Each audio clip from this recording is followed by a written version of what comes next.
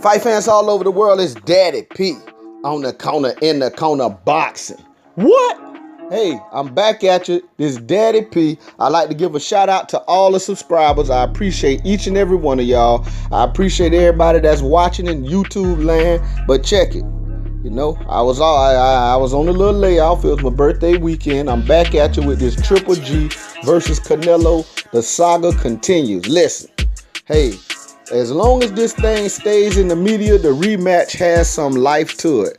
You know, each side is talking to media outlets, blaming it on the other side. So it looks like it still could be alive. If it was dead, really, once one side and the other side said what they had to say, it would have been done and over with. But anyway, according to an article written by Boxing Scene, Miguel Rivera, Eric Gomez, which is the president for Golden Boy, you know, that promotes Canelo Alvarez, they claim the rematch can be saved if, you know, they can go by the original terms, you know, the old terms. Now, y'all remember in 2017, it was a 70-30 split for the fight they had in 2017.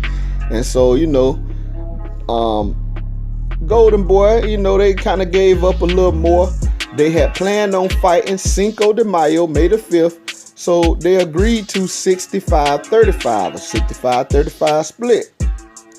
However, y'all know Canelo Alvarez say he ate some tainted meat. He failed 2 drug tests for, you know, PED use or whatever. So now, you still want to come back for the September 15th fight, and now you saying, oh, let's just go as you know, just as was planned for May 5th, 65-35. But Triple G is saying, man, look, I done been through all this grief, you know what I'm saying? Now, in order to save this date, I done had to be called all kind of cherry pickers and all kind of other subpar names from fighting. I found a glorified 154-pound gatekeeper in Majerode, and I still kept the date, whatever. And now come back, y'all still want y'all want the same deal as what we were supposed to do May 5th, but it was your fault? Hey, I understand Triple G's plight. You know what I'm saying? The only thing is, you know, I mean, you kind of pushing the envelope to say 50-50, but at the same time, I understand where he coming from, you know? So, I don't know, man. The thing, Canelo Alvarez got a lot of options coming back. Now, I don't know if they options that would be in his favor. They keep saying, oh, we can fight this person, that person. Man, look, I don't really know if Canelo Alvarez want to stay at 160 and fight some of these guys. But that's where the money is. If he fight Daniel Jacobs, that could be a decent fight, decent money. If he fight Billy Joe Saunders, that could be decent money. If he fought Jermell Charlo, man, look, he don't want them problems. I guarantee you this. Canelo Alvarez do not want no problem. I guarantee you they don't want no smoke with Jermell Charlo. I guarantee you that. Now, they'll say that that's an option for them, but they don't want that. I guarantee you they'll rather fight Billy Joe Saunders, maybe either Daniel Jacobs. This is the thing. Canelo Alvarez is a 154-pound fighter. But I don't know. He been eating that tainted meat. He might done blowed up. He might got to stay at 160. It might be hard for him to make 154. You know what I'm saying? So I don't know. But they'll tell you, oh, we got all these options. Nah, I don't know. You have the option. That's true. But I don't know if you really want them. Because I'm telling you, I really do believe this right here. Hey, Jermell Charlo is licking his chops, looking at Canelo like he food. Listen, I guarantee you. And with that long reach he got on him, that height advantage, This guy back looked like an aircraft carrier. I'm telling you, Jamal Charlo, he big even, man. He was big at 154, but at 160, he looked even bigger. This young man, before his career is over, hey, he is definitely going up to 168. He probably going up to light heavies. You never know where he'll end up at. This young man, this a big guy, but he's making 160. Man, look, he will beat the brakes off Canelo at 160. I mean, that's just my opinion. You know what I'm saying? That's me talking, but at the same time, look, I really doubt Canelo Alvarez want anything to do with Jamal Charlo. Like I say, Jamal Charlo probably licking his chops like, let me go. Let me, hey, pick me. And that'll be a big money fight for him. That would be a career-changing fight for Jamal Charlo. You know what I'm saying? That would catapult him into superstardom. And that would change his whole game. I guarantee you. Jamal Charlo could possibly turn to the next, well, I ain't gonna say the next Floyd Mayweather, but the Floyd Mayweather of the new generation. You know what I'm saying? He probably ain't gonna do the same thing Floyd did, but golly. Y'all remember Floyd got that opportunity, you know what I'm saying, to fight the actual Golden Boy, you know, and that changed his whole career. The only thing, Floyd Mayweather had bought out of his contract with Top Rank, so he basically was aligning himself anyway to do his own thing. So it'll still be a lot different than Floyd Mayweather, don't get me wrong, but what I'm saying is that will change Jamal Charlo's career drastically. But like I say, Canelo Alvarez don't want them type of problems. I think they really are posing because they really want the Triple G rematch. And I heard from another article, I didn't read the whole article, I just looked over it. You know, Triple G people saying Canelo need the rematch for, you know, to save his image. I kind of agree with that. You know what I'm saying? What has happened, you know, and this is the thing. Sometimes your name can get so big that you can't really do no wrong. You see what happened to Canelo. They brushing this thing under the rug, man. 6-month layoff. I mean, come on, man. You done failed 2 samples came back positive, and they telling you, oh, 6 months, come on back and fight. Come on, man. This man's name has transcended the sport and transcended basically the rules and transcended the repercussions of taking PEDs. And they still, it's people that really still doubt and really believe that this man was eating tainted meat. Come on, man. You in the 1%, less than 1% richest people in Mexico, and you talking about you eating the same stuff everybody else eating over there? Come on, man. You got to be kidding me. You know what I'm saying? You ain't eating no import. You ain't eating no USDA grade A beef. Come on, man. You can't make me believe that, man. But this is the thing. It's people who actually believe this stuff.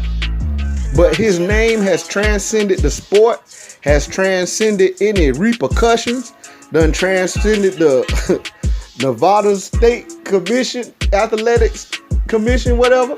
Man, come on, talking about 6 months. We go sweep it under the rug.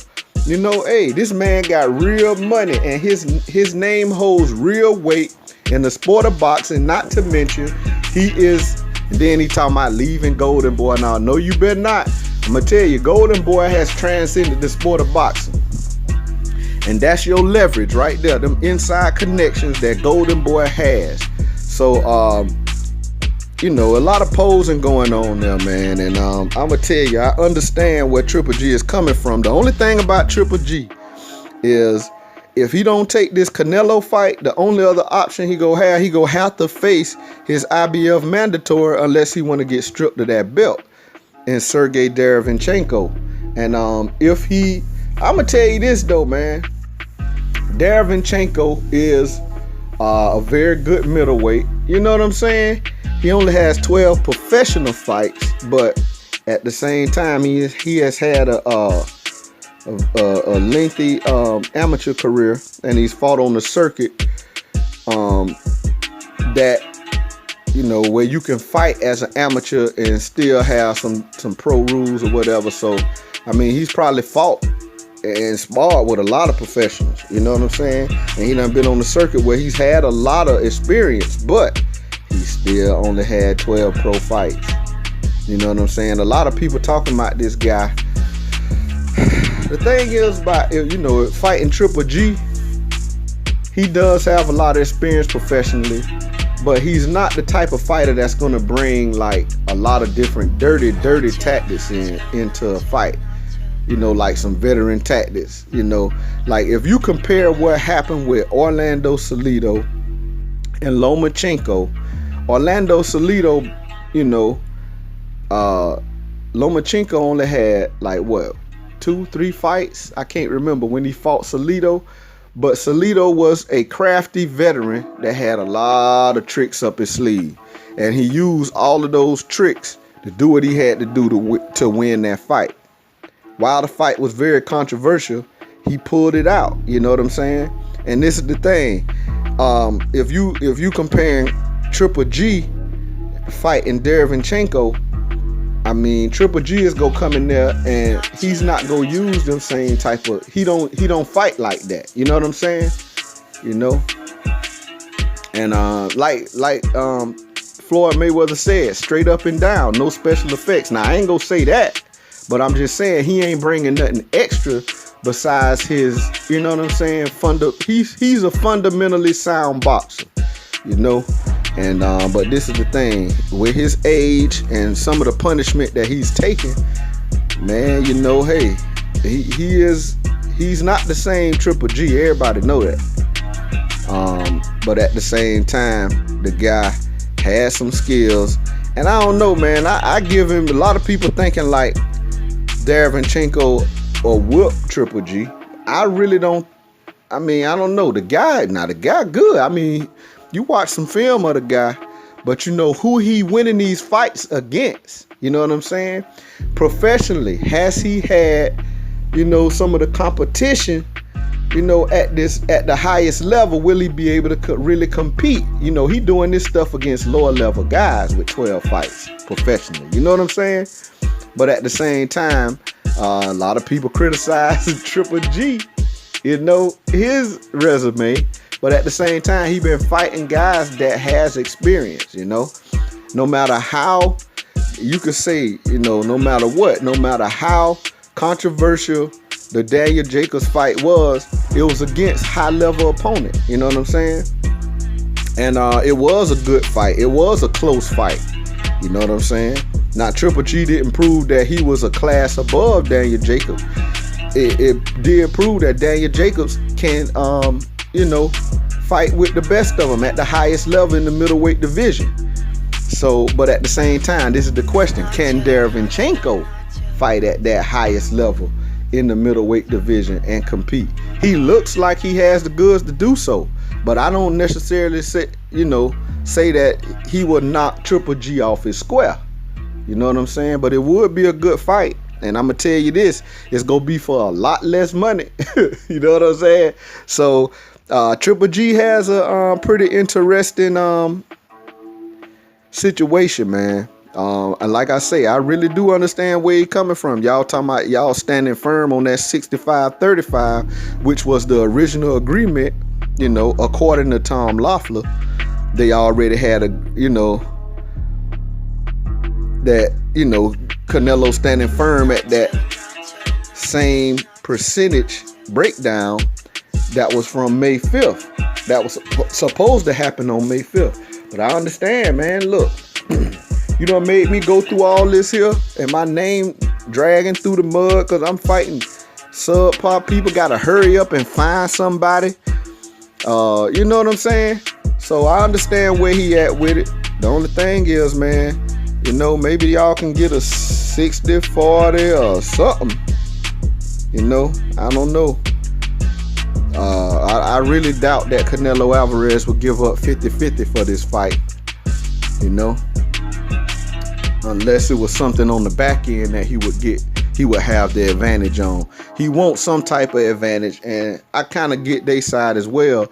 They still are You know what I'm saying? The A side, they believe. This the thing though, man. Triple G has a lot of leverage. He has the belts in the division. You know, he is the champion. So that does count for something. And you done made me wait, and you done caused me grief. And this is the thing, you know, they don't want to play hardball, but he probably could have sued the man. You know, where you see this stuff happen, you seen it happen with Deontay Wilder. You know, all these people done fell in drug tests with him. He sued one of them. From what I understand, yeah, but that's how the game go. You know? And hey, look, Triple G wouldn't be in the wrong for doing that. He probably would cut his nose off to spite his face. But at the same time, look, you done caused me all this grief. We done signed contracts that can't be answered to. Triple G side does deserve something. I mean, and then if you do go with the 65-35, offer him something more on the back end. You know, and that's probably why they pose, and they want something more. They probably will go ahead and agree, but they want something more, man. And that's very understandable. But anyway, this Daddy P on the corner, in the corner boxing. Go ahead and slap the like button if you would. Hey, hit that bell icon, subscribe to the channel. Hit the bell icon so you can be notified every time it's going down. This Daddy P on the corner, in the corner boxing. Outie.